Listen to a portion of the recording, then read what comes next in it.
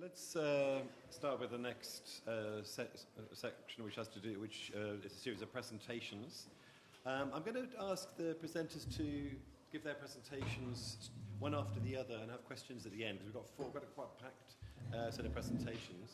And I'll introduce them one by one, starting with Thea Pitman, who's Senior Lecturer in Latin American Studies and Director of Spanish, Portuguese and Latin American Studies at the University of Leeds. Her research career started with work on Mexican literature. She's published a monograph entitled Mexican Travel Writing. Over the last 12 years, it's evolved to focus on the subject of Latin American digital culture production. She also co-authored an article which very much interests me recently in Digital Humanities Quarterly on where's the modern languages in DH and where's the DH in modern languages with Clare Taylor. So I'll pass on to Thea, who's going to talk about the translingual dimensions of research on indigenous appropriations and new media technologies in Brazil and Colombia. Thank you. Thank you. It's a pleasure to be here. So for ages now, I think it's 6 years, it's too long to be working on something that is just an article, but I've been wanting to write about something that I keep referring to as digital indigeneity, and that was what was in the title that I sent in, and I've tweaked it, of course, in good fashion for the real version. And I took my cue for this term from a short documentary that was made with a group of indigenous communities in northeast Brazil. If I press the right button, we're going to get... There we are.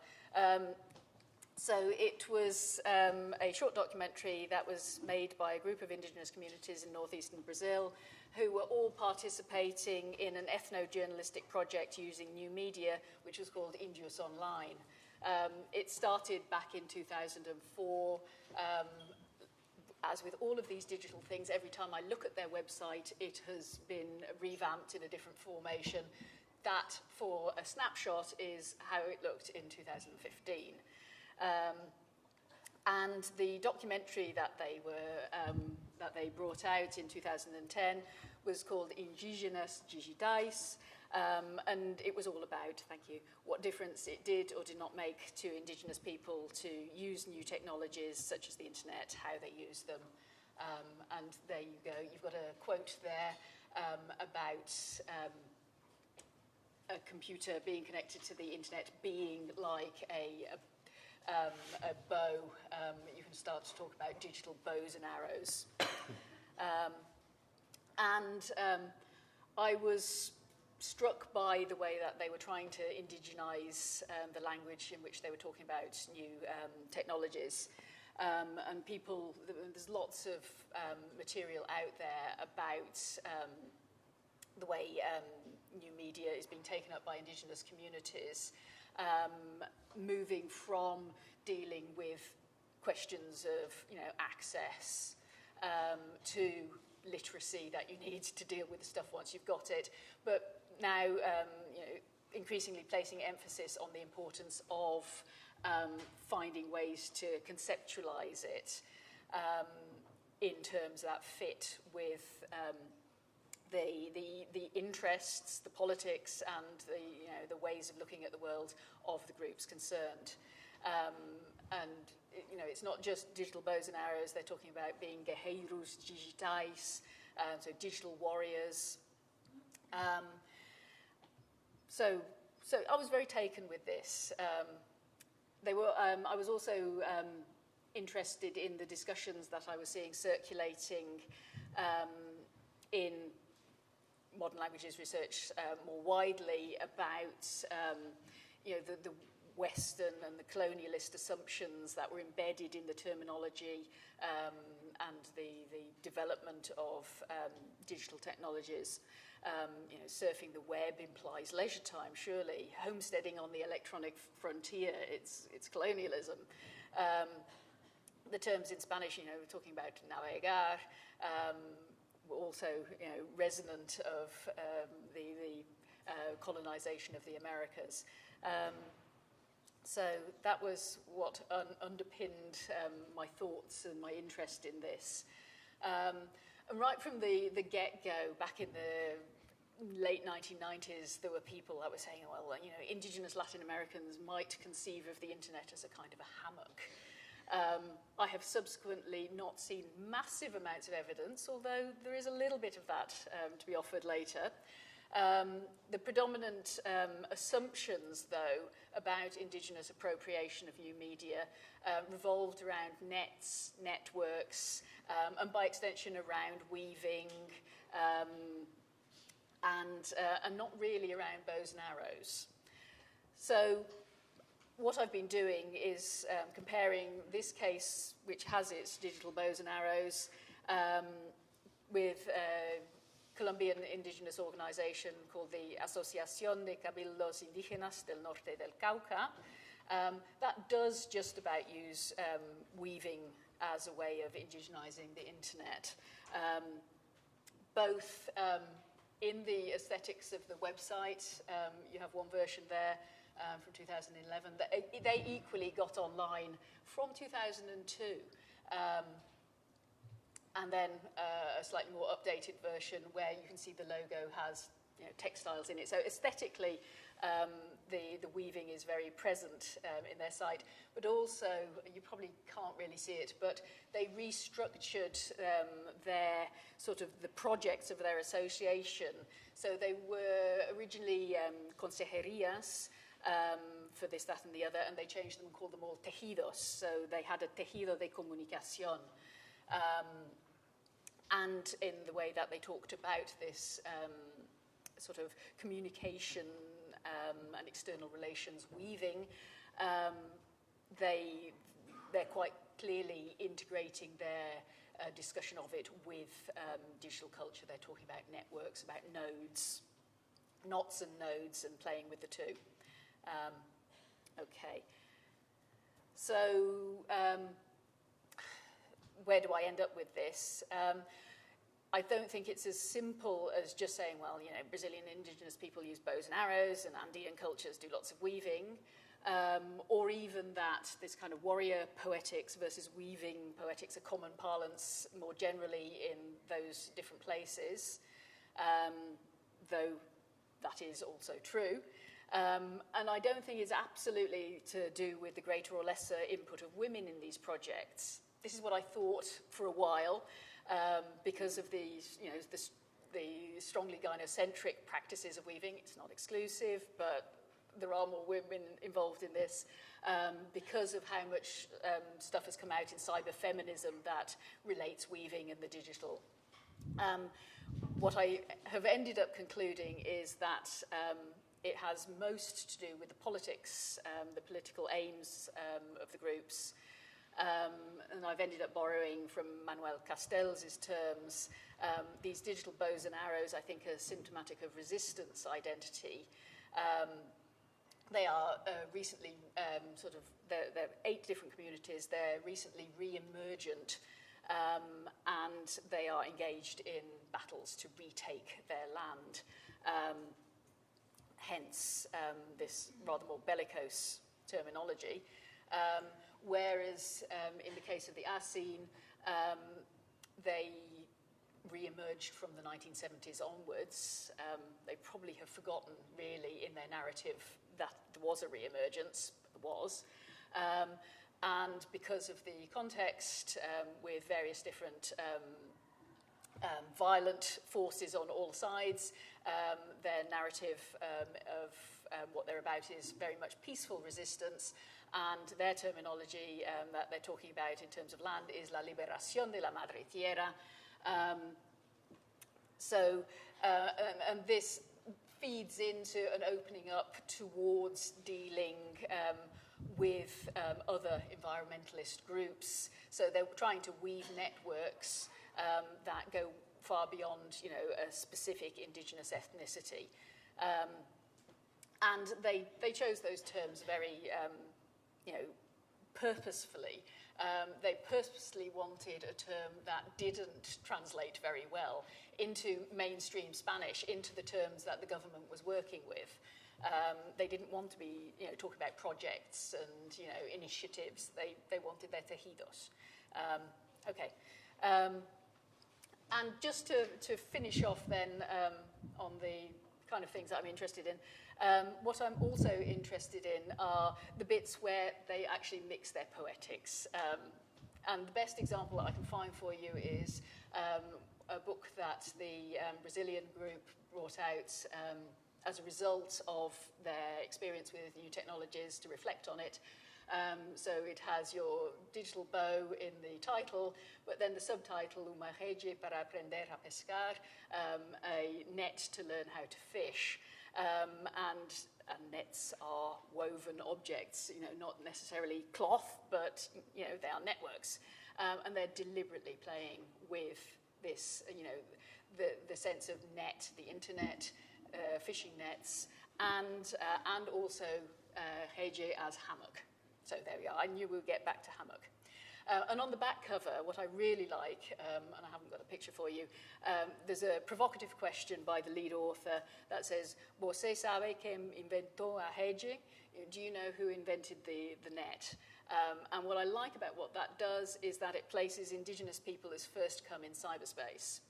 So by hook or by crook, it manages to overturn the colonialist rhetoric of homesteading on the electronic frontier and of white people playing at being digital natives.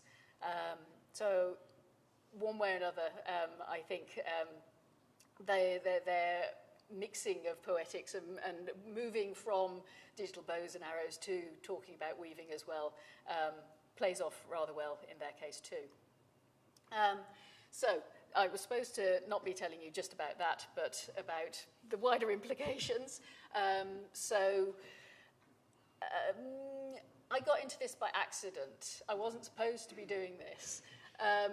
The real problem was that when I started doing keyword searches to find materials for the new project that Clare and I were working on at the time, I never specified what language that I was looking for results in. So on the very first project that we did, I kept putting in things like ciberliteratura or cibercultura, and of course that was bringing me back results in Spanish and Portuguese. And because it's not that you couldn't have found these things before when you were dealing with analog library catalogue cards and things, but it's just so much easier to keep on clicking when it's all coming up on your computer screen.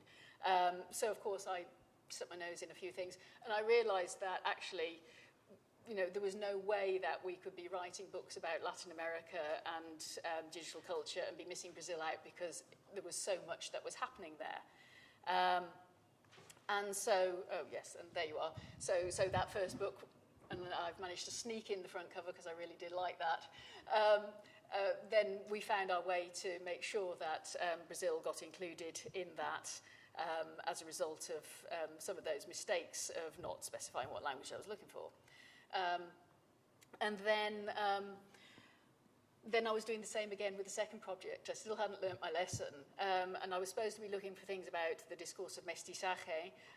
That kept throwing up stuff about cyborgs on the US-Mexico border. That was where the obsession about mestizaje and cyborgism was coming about.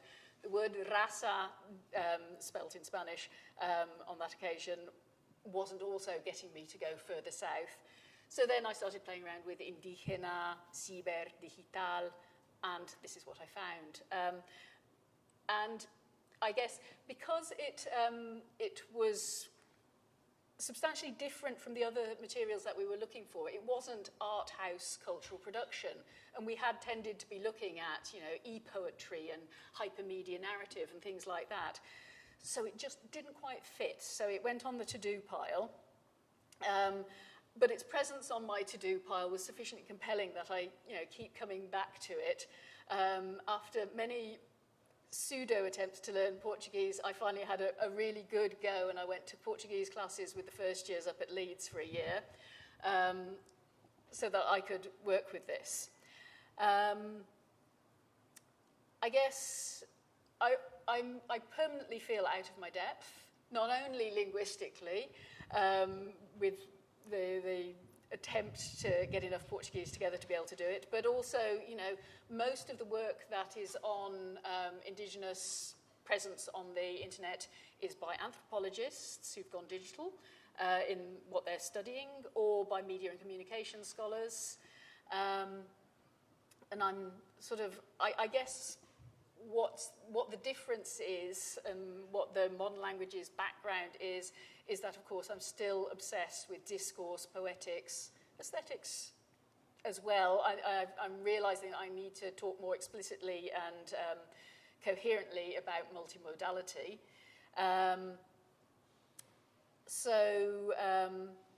Also, because these materials are, you can't pinpoint an author or an artist as you can even with digitally born e-poetry and stuff. These are real people. So the ethical implications are even bigger. And people also who,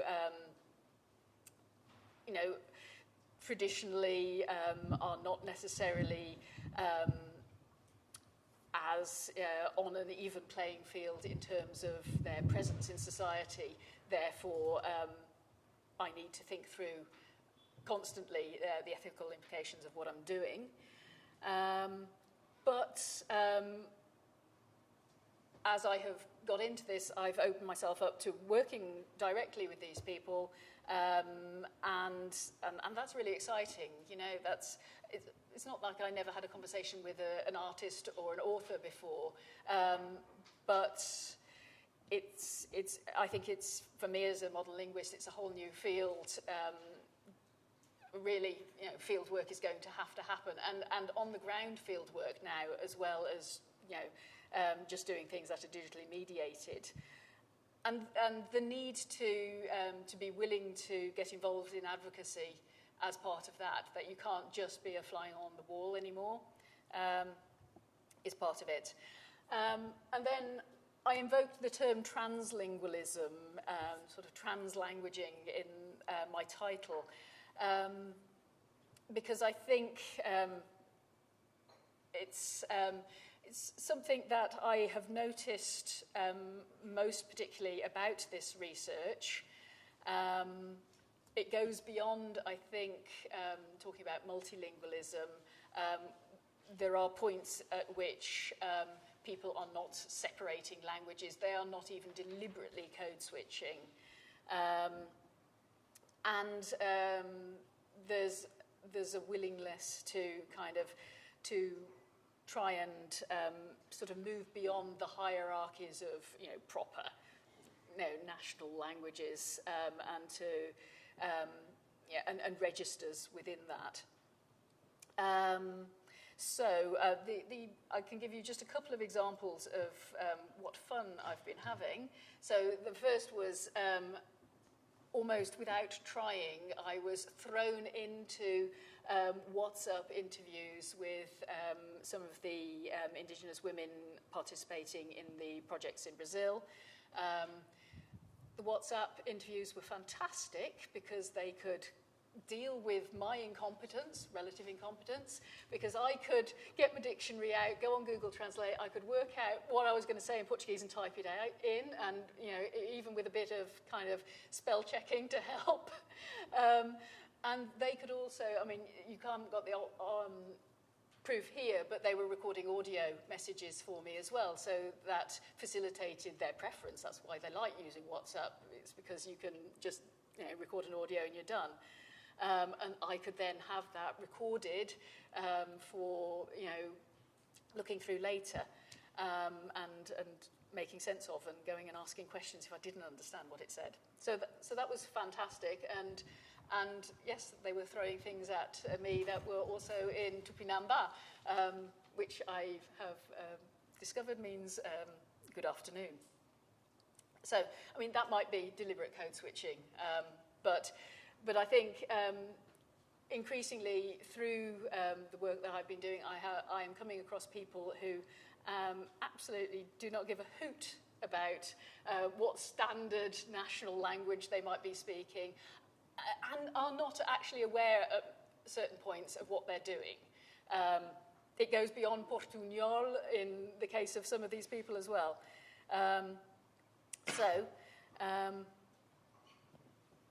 I think, actually, as a modern linguist, I'm probably still functioning multilingually. I'm aware of what they're doing, and notes of that's Portuguese. Oh no, that happens to be something else. happening. But actually, it's quite liberating when dealing with these things. And really, the same person can be sending me messages in English, in Spanish, in Portuguese, or a mixture, and I'm not listening to it thinking, oh, what language is that? I'm listening for the message. It does produce also, though, more troublesome results when I'm trying to account for my outputs in traditional academic fora. And the thing that I was thinking of was a project that Tori was involved with, along with some of the Brazilians and the Colombians. This is Vilma Almendra, who was from the ASIN project. She was the webmaster from long ago, and Sebastian Herrlich is the director of the NGO that was behind Indios Online. We had an event. The event cut across different languages. People were using different languages. There was a bit of simultaneous translation going on there. The blog that we then gathered together people's responses through existed across 3 languages, with people writing in the language of colonization that they most preferred. But then at the point of trying to then say, okay, what I was trying to do was actually copy the modern languages and the digital kind of format of getting a multi-authored academic article out of it. It's already difficult enough to get a multi-authored academic article out of a series of discussions and dialogues. Then trying to work out how you deal with something that has come in, written originally in 3 different languages, and get away with it in an academic forum is a challenge. That's it, I think. Yeah. Brilliant. Thank you.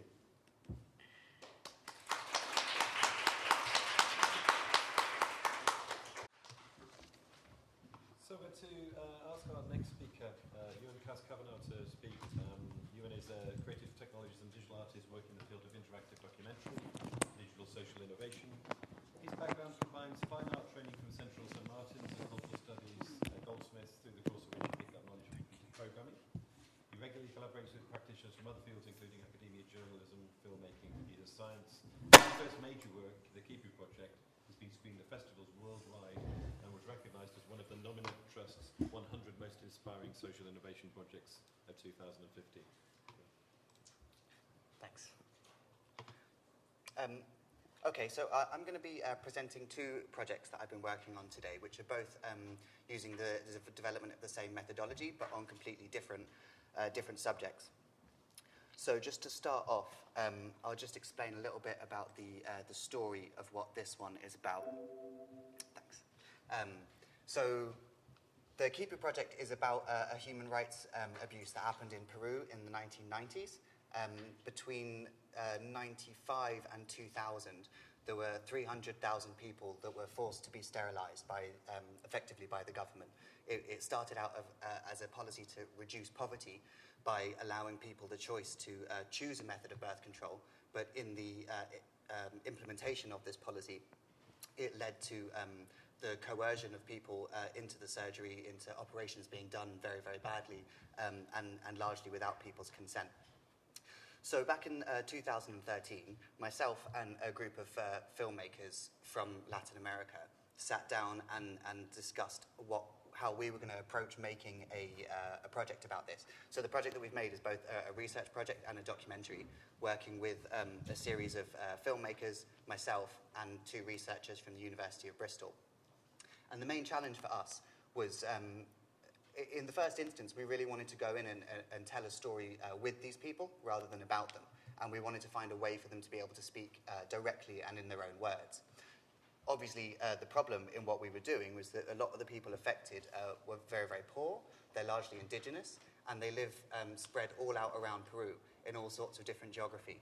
So whether that's the Andes or deep in the jungle, it's incredibly diverse and difficult places to reach. So previous attempts of documentarians, as well as legal prosecutors, to actually go and interview these people had been very, very difficult. You have to take a bus 8 hours up the mountains into Huancabamba.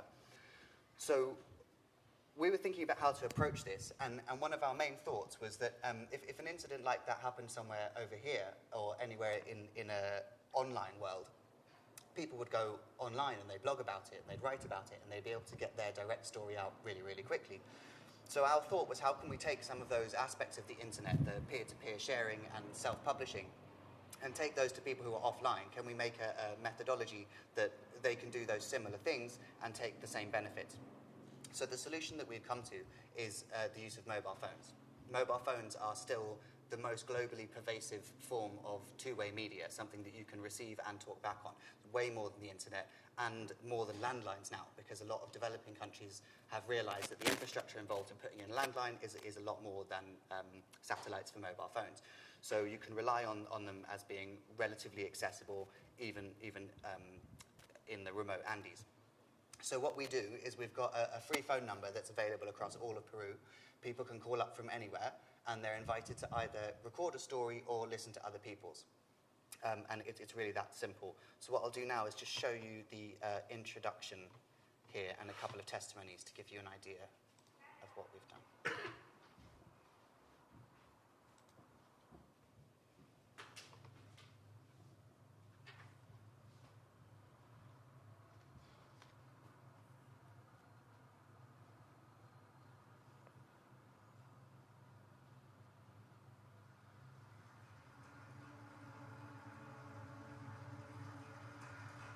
Se nos ha acusado de que pretendemos, tras una reciente ley que permite la voluntaria vasectomía y la ligadura de trompas, imponer mutilaciones y querer matar pobres.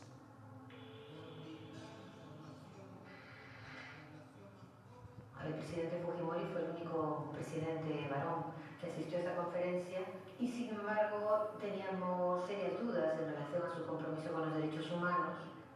En nuestro empeño para difundir a fondo todos estos métodos de planificación familiar, no para instaurar ningún poder maléfico. Nadie sabía qué había detrás de todo eso. ¿Por qué? Porque lo que se propagandizaba era, pero de una manera tan bien hecha, que difundían por las radios, por todos los lugares. Llevar adelante una gran campaña nacional. De pronto comenzaron a llegar las primeras denuncias.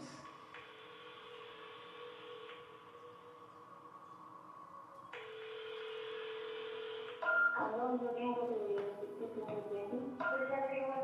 soy de especialidad en Galí. Yo también fui afectada por el tiempo de la violencia de que hacían las ligaduras. Me trajeron acá al hospital aquí por engaño.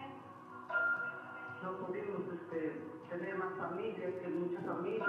Primero, tres veces, y ellos me seguían.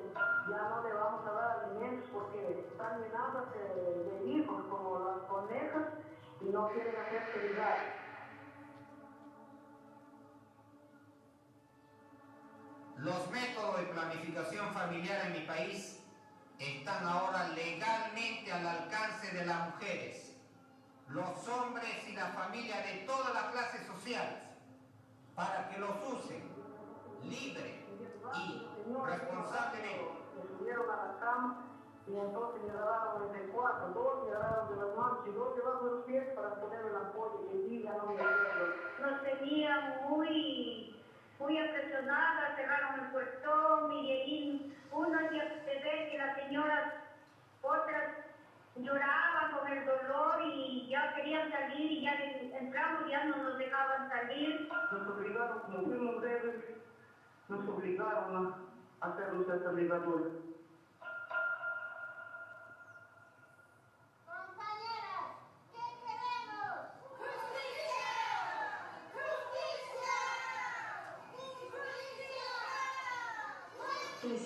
Mujeres hace 18 años sin justicia. Ese es un crimen, un racismo, desprecio, menosprecio a esta población. Buscamos esa justicia, que era justicia y reparación para nuestra vida. con muchísima arrogancia pensaban que siendo las mujeres indígenas, letradas, las más débiles de las débiles, no se iban a atrever a hablar. Pues les salió mal el calor. Hablaron. Si lo esterilizar, conoce a alguien que fue esterilizado. Bienvenidos aquí, en la línea de teléfono en la que podrá escuchar y compartir historias sobre la campaña de esterilización. Este equipo virtual es un registro vivo de memoria colectiva. A través de esta página web escucharás los testimonios grabados en la línea de teléfono del proyecto y podrás agregar tu propio mensaje para que quienes han compartido sus historias sepan que han sido escuchados. Únete al equipo y juntos hagamos que estas voces sean escuchadas en el Perú y en el resto del mundo.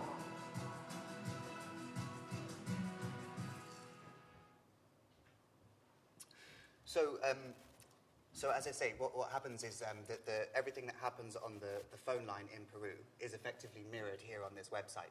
So we're using a very simple technology called voice over IP, which is the same type of technology that happens when you call up the bank and you get stuck in a waiting line or top up credit on your mobile phone. It's really simple. It's been around for a long time. But what is exciting about it for us and what it allows us to do is that the phone call isn't being answered by an answering machine or by a person. It's actually being answered in the internet by my server.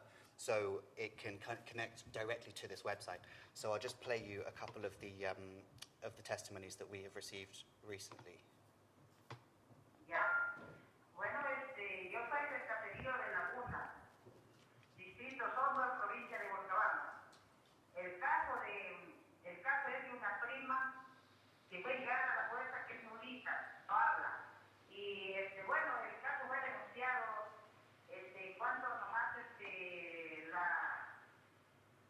en cuanto más las obligaron, pues, pero en cambio parece que todo se olvidó, con paciencia fue viendo las cosas, ¿no? Pero ahora me alegra mucho que nuevamente están, parece, con más fuerza, queriendo trabajar defendiendo los derechos humanos de las señoras y de los señores también, porque ha habido hasta hombres que han sido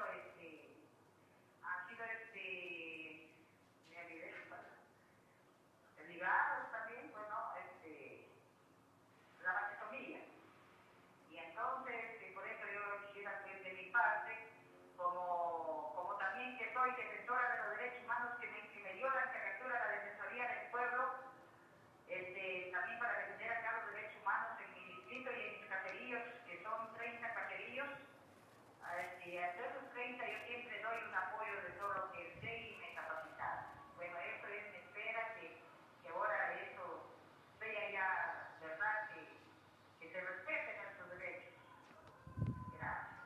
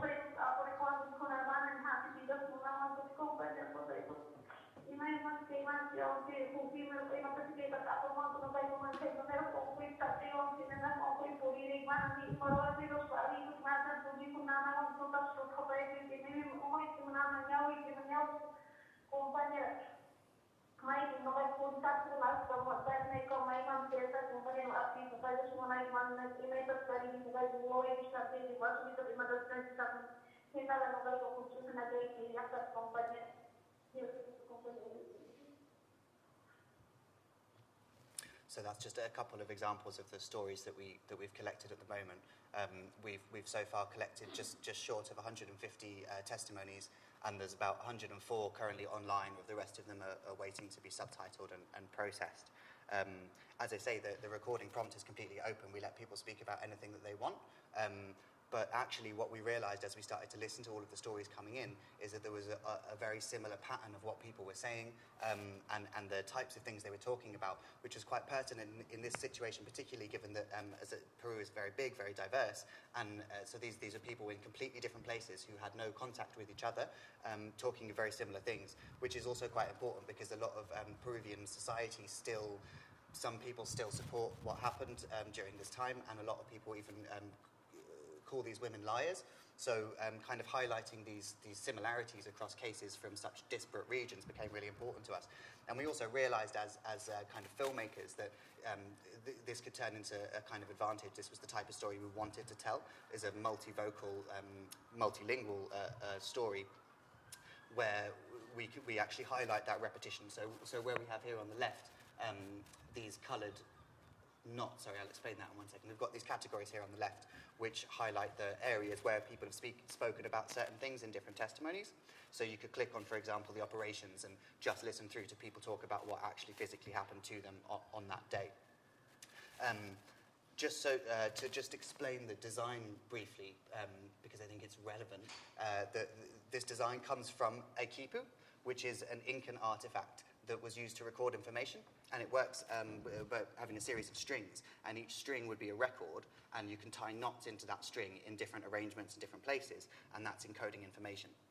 It was definitely used for numeric information, statistics, things to do with population, but also the suggestion that it was used as a tactile memory device to help people remember and tell stories in different places. So we took it on as a narrative device, and have reinterpreted it into a digital quipu, housing all of these people's stories.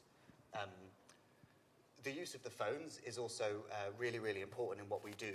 It's not just about the access and the fact that it allows us to access a lot of people. It's not just about the fact that it is an inexpensive method of being able to go out and interview people, but it's also to do with the fact that it's a comfortable and recognized way for people to speak. It's much easier than, if you put a microphone in front of somebody, then the way that they speak changes. Calling somebody up on a phone and having a kind of intimate conversation is something that most people in the world are familiar with. So it allows us to kind of jump a bunch of the stuff of kind of talking to people about how they feel about speaking and actually get right into them telling their stories. And it also, seemed to allow people to be quite honest and emotive in what feels, a kind of intimate environment. We were also very, very clear that we wanted people to be able to speak in their native tongue, not to have everyone have to speak in Spanish if that was their second language. So what we have at the moment in our collection is, I would say, about 25% of the testimonies are in Quechua, and maybe 10% are in the Shipibo language, which is from the Amazonian region of Peru, and then all the rest are in Spanish. So that does cause certain problems for us when it comes to transcribing and translating, but we would much rather have people speaking in their own languages than anything else. As the project progresses, and we are slowly starting to archive it towards the end of this year, we're actually going to stop. We are also putting all of this information into the British Library system so that it will be accessible by researchers and be able to be cited by other people and used in other works. So this methodology started out of this project and came out of this need of having to contact people with the Andes. But then myself, along with Matthew Brown from Bristol University, kept working on it, and we've also created a new project that was only released a couple of months ago now, which is called Anyone's Child Mexico. And this is about what's happening in Mexico right now in relation to the war on drugs, where thousands of people are being killed or disappeared through various means. And we're actually working with a group called Anyone's Child, who are a subsidiary of Transform Drug Policy, who are advocating for the legalization of drugs. So what we were doing with this is taking the same methodology and applying it to a different story in Mexico to see whether we could start to gather testimonies from this sort of people and turn it into a similar work. This one also had a slightly more, even more, I should say, of a campaigning angle, because we were actively participants in this campaign. I'll just show you a quick bit of the beginning. Keep talking.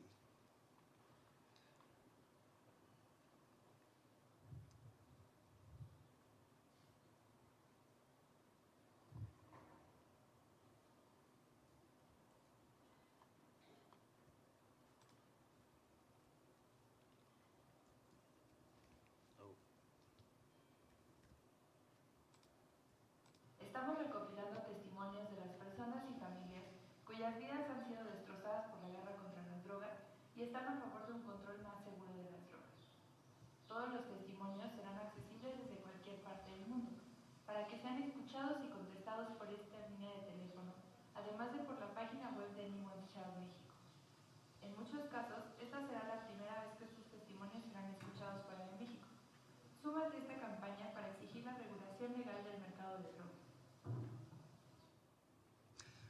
So some of the things that were really, really different about this situation to the situation in Peru is firstly that this is an incredibly contemporary issue. Everything that happened in Peru stopped in 2000. It's still very contentious. There's still a lot of problems around it, but it's not literally happening right now. Obviously, the things that are happening in Mexico very much are happening right now, and they are happening very much by people that would seek to stop people from speaking out. So the work that we did around consent and protection of people on Kipu was very, very strong. Was what we spent most of our time actually thinking about. Transposing that into Anyone's Child was also took a lot of thinking and a lot of working on how can we kind of promote this phone number without endangering people. How do we work with people to tell their stories but not just leave them without any aftercare or follow-up. So what we do is we make sure to work with partner organizations in Mexico, people that are already working with these people and people that are already advocating for these people. So we're a kind of an add-on to what they do, and they promote the number through those means. It also was a different story and a sort of a more complex story. So we looked at the nature of curation a little bit differently. So what you saw on Kipu was a kind of a really simple, coherent, like this is one digital object and we'll just allow you as the audience to explore it. What we felt like we had to do with Anyone's Child is to provide a little bit more context and a little bit more narrative to pull out these different themes, because the stories are so, what happened to people is very different, whether their child was kidnapped or whether they were coerced to provide a confession in prison are really different stories, but they come from the same root cause, and that's what we were trying to get to. So what we've done is we've curated chapters which again sort of draw on language of cinema, also language of a scrolling blog, interesting article, and I'll just show you a little bit of one of these and then I will stop.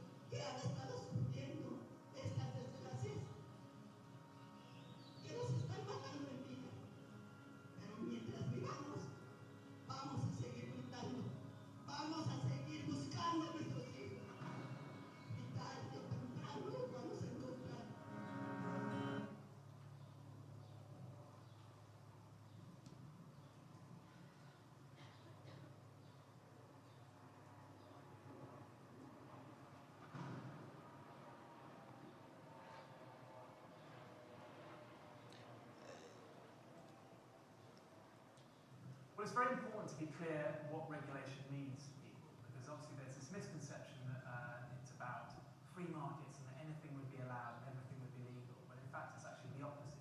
It means bringing state or government regulation into every element of the market as appropriate.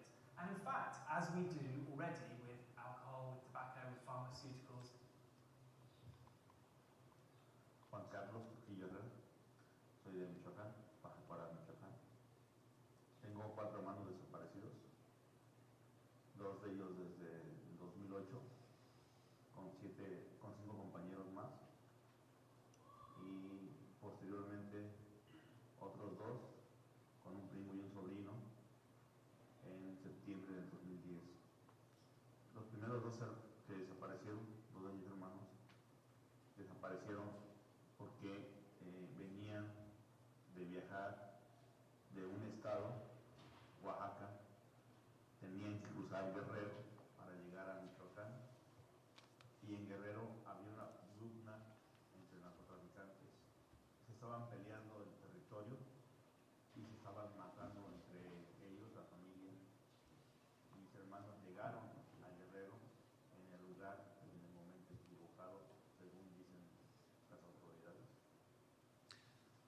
So that's the beginning of one of 4 chapters.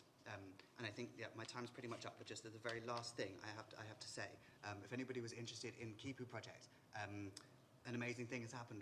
Esperanza, one of the women that we've been working with since the beginning, who she's indigenous, she's illiterate, but after working with us and being part of other filmmakers and other campaigns, she's become more and more empowered. She's become the president of her local women's organisation, and now is the president of the national women's organisation of sterilised people in Peru. And she is in the UK, and she's going to be part of an event at King's on Friday the 30th. So if anyone's interested, come find me afterwards, and I'll tell you the information, because it's really special to meet her. Thanks. Great, thank you very much.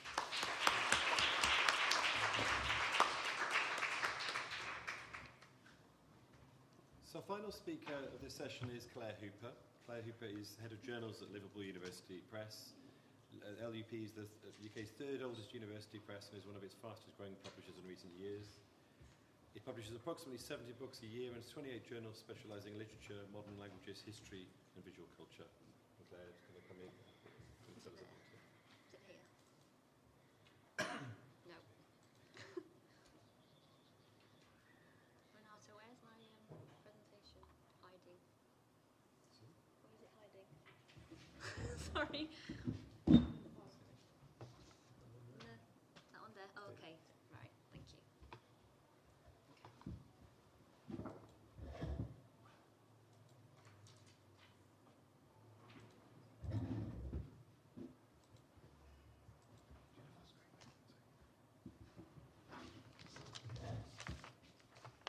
Can everyone hear me or not? Can you hear me now? Yeah. Okay. Thank you for inviting me to come to speak today. I'm going to talk about our new, reasonably new online platform, Modern Languages Open. So I'll start by saying a little bit about Liverpool University Press. We were founded in 1899.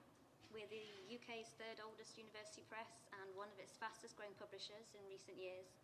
We publish approximately 100 books a year and 28 journals and specialise in literature, history, modern languages and visual culture. And we have 16 members of staff, so we're quite a small press in relation to other publishers. As some of you will know, our director Anthony hates this slide, so I like to wind it out at every presentation possible. We were awarded in 2015 the Bookseller Independent Academic Educational Professional Publisher of the Year and the IPG Academic and Professional Publisher of the Year. We're the first university press to win this award. Recent recipients include Sage Publications and Bloomsbury Academic, so quite a different league.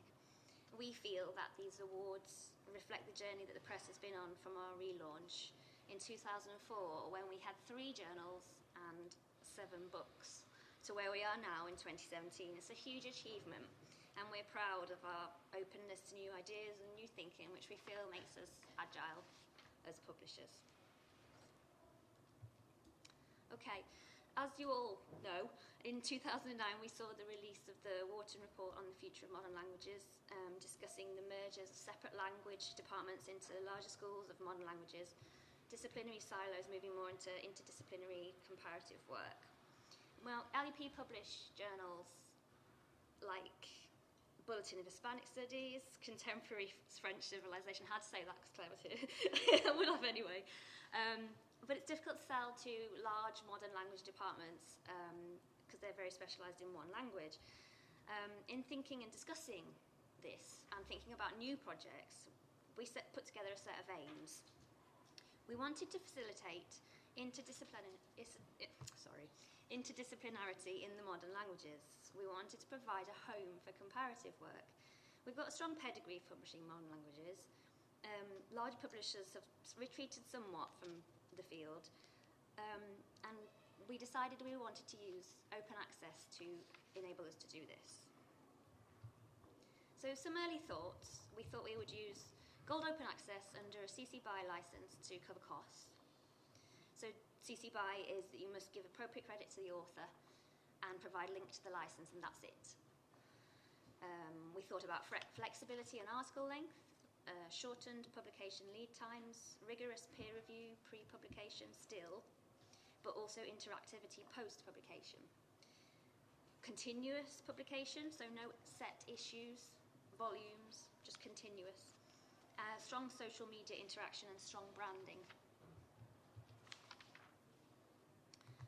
As a small university press, we're focused on the dissemination of research. We're not focused on maximising revenue, so we had limited funds. So we actually approached the Digital Humanities Department here at King's to ask for advice on platforms, as we'd seen impressive examples of work they've been involved with. And we discussed Open Journal Software, which is a free journal management and publishing system that's been developed by the Public Knowledge Project. And that's just a quick definition of OJS. I'm sure you're all familiar with it. It's freely available to journals worldwide for the purpose of making open access publishing a viable option for more journals, as open access can increase a journal's readership as its contribution to the public good on a global scale. So in collaboration with King's, we started the build of an OJS site, and they offered us great advice during the build. We used their expertise in OJS, which we didn't really have at the press. We also had sponsorship and advice on structure from the University of Liverpool Library. We're lucky to have great experts in the University Library, people like Phil Sykes, who's involved with the Finch Report. And we appointed section editors and editorial boards, distinguished international scholars in Europe and in the US, and we consulted very closely with them on the structure and the look of the site. So in the first instance, we built 7 sections, each with a section editor and an editorial board. And the launch sections were Chinese and Asian languages, French and Francophone, German, Hispanic, Italian, Portuguese and Lusophone, Russian and Eastern European. And we did go with flexibility on article length, so it's between 3,000 and 15,000 words as a rough guide. The papers conform to an MLA style, so they're citable. Double-blind, rigorous peer review was essential. Interactivity post-publication, we focused on post-publication comments so people can review, comment on articles that have already been published. That obviously goes through a moderator, so there's no flame mails. And rewards for article reviewers, things like reviewer awards. So if you review for MLO 3 times, you would have your APC waived. Quick definition of open access. We went with a publication fee of £500 in the first instance, but we discounted it to £250 for the first year for each published article. And people can request an early career waiver, which is utilised by the LUP Authors Fund. The aim of our fund is to support gold access publication by early career researchers in the humanities and social sciences. So established LUP authors can donate all or part of their royalties to the fund, and all contributions are then matched by us. So we can waive an APC for someone who might not have those funds. I thought it was interesting what you were talking about earlier in relation to the hierarchies of inequality. And I think that if we had someone who genuinely couldn't cover their APC from a country where they didn't have the funding, then I think that it would apply in the same way as an early career researcher here. Institutions can also purchase memberships. So an institution can become a member for £1,000. It entitles scholars in that institution to publish 10 articles at the equivalent of £100 without time limit, providing that those articles pass rigorous peer review. So October 2014, we launched 9 articles, which included 1 commentary, 3 Hispanic, 4 Russian, 1 French, 1 Francophone, included abstract, PDF and HTML. And users can register as a reader, a reviewer or an author, able to comment on content or submit, but they don't need to register to view content. So anyone can view content, you don't need to give your details. You can share links via Twitter, Facebook, email, and I'd really like to stress how crucial the section editors were at this point with assisting spreading the word, with getting people talking about it, especially on social media and with their colleagues. There was a lot of buzz on social media around the launch. We had some fantastic stats, which you can see there. By January 2015, nearly 8,000 abstract views, over 1,000 PDF views, which we were really pleased with because we weren't quite sure how it was going to be received. Again, I'd like to stress the importance of really good content. We approached really high-quality authors for high-quality papers. For example, Paul Julian Smith at Cooney, published in the first issue. We deliberately sought high-profile authors with a strong research pedigree while the project embedded, because we wanted to demonstrate the quality that we were aiming for. There's a couple of quotes here. MLO will galvanise innovative scholarship and may indeed change the course of publishing, which is quite a large claim. I'm not sure we've quite done that yet, but it was nice of Tom to say that. And Paul Julian Smith, MLO looks set to be a bold initiative indeed, flexible and interdisciplinary, yet rigorous and scholarly. May well prove to be a trailblazing and invaluable resource for scholars and students alike. And here we have Michael Wharton. MLO is one of the most important initiatives for modern language research in the past decades. It will transform the nature of publishing, explicitly encouraging interdisciplinarity, ensuring that high-quality and original work is published in a timely way, and significantly enlarging and democratising both the creation and the readership of modern language research. So, our first review, 2016 in December, 26 months on. I'm going to ask you now to give me an idea of what you think these papers, how they might have done, how many views they might have had. So, Decadent Perfume, Under the Skin and Through the Pages, an article on representations of perfume in French literature. Quite specialist, a little bit. A Tale of Two Empires, the Earl's Court Spanish Exhibition, is an article on one specific exhibition in Earl's Court. Okay? Over 10,000 galley views for the first paper, and over 7,000 galley views for the second paper, which we were absolutely delighted with. Someone, somewhere, is reading. Our first monograph was published on MLO, Cultures of Anyone, Studies on Cultural Democratization in the Spanish Neoliberal Crisis by Louis Marino Calabud at Pennsylvania. Over 10,000 galley views of the full title and over 20,000 of individual chapters. Okay. I've finished bragging now, so. We also made sure that MLO was listed on the directory of open access journals so people can find it. That's really crucial. And the MLA. And in January, we relaunched with a different platform that isn't actually that different. We moved from OJS, which is a free platform, to working with Ubiquity Press, who are an open access publisher of peer-reviewed academic journals. They operate a model that aims to make sort of quality open access publishing affordable for everyone. All they do is host the journal on their platform and ensure it's fully functional. We're still responsible for editorial processes, but they offer us technical support, and that's where we kind of learnt our lesson a little bit. Our production and editorial staff are stretched. We don't have time or technical expertise in OJS, and OJS has software versions, they're often updated, it's quite a lot of work involved, and we just needed a little bit of technical help. The platform, the Ubiquity Press platform, is very similar to OJS. It's a similar kind of interface. The look is very similar. It's material taken from the original build, which includes the branding, etc. But the author experience is more fluid. So the back issue, the back end system is easier to use. That's feedback that we've had from authors. And we have a new section, which is comparative literature, and that's headed up by Emma Bond at St Andrews. That was in response to feedback from our section editors and from authors. They felt it was important. So here we are in June. We have 9,000 registered users on MLO. We've had 18 releases of content, including 41 articles and a monograph, and we've got over 1,000 followers on Twitter. Just a quick breakdown of those articles.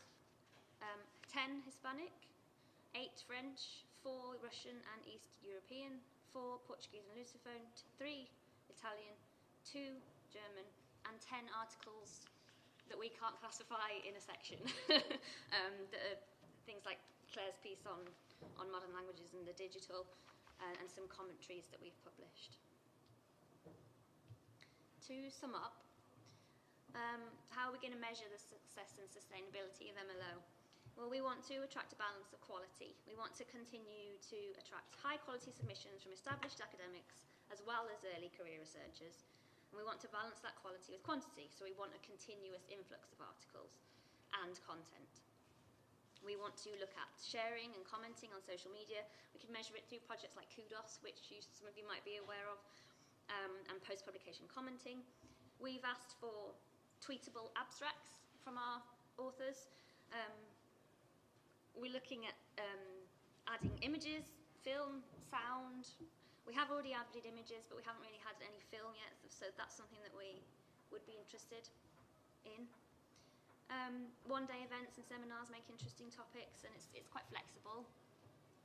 You can publish 10 articles in a release or 1.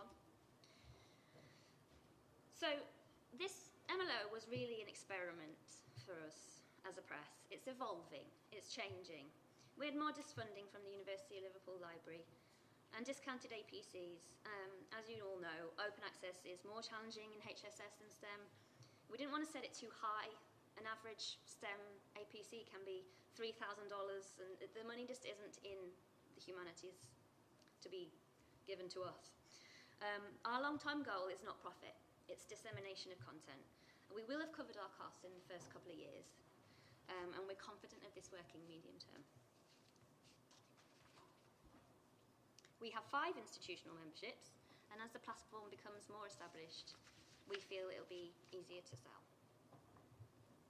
Thank you. Thank you.